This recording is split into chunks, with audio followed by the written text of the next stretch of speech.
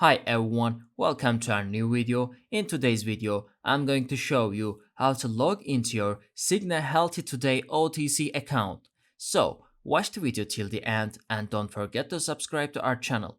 Okay, first of all, open up a web browser of your choice and type in cignahealthytoday.com/login and press enter on your keyboard. After pressing enter on your keyboard, this is our official login page. You can scroll down this web page to investigate this web page. To log into your Cigna Health Today OTC account, type in your username and your password into the login area.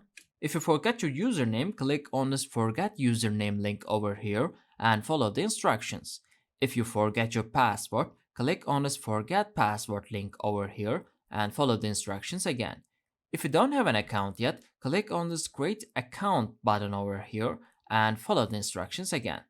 If you have a question, click on this Frequently Asked Question link over here and then read this. After filling all of your details, click on the Sign In button over here and that's it. That is how it can be easily done. I hope this video was helpful to you. If it was, go ahead and give us a thumbs up. I'll soon be back with more videos like this. Thank you for watching.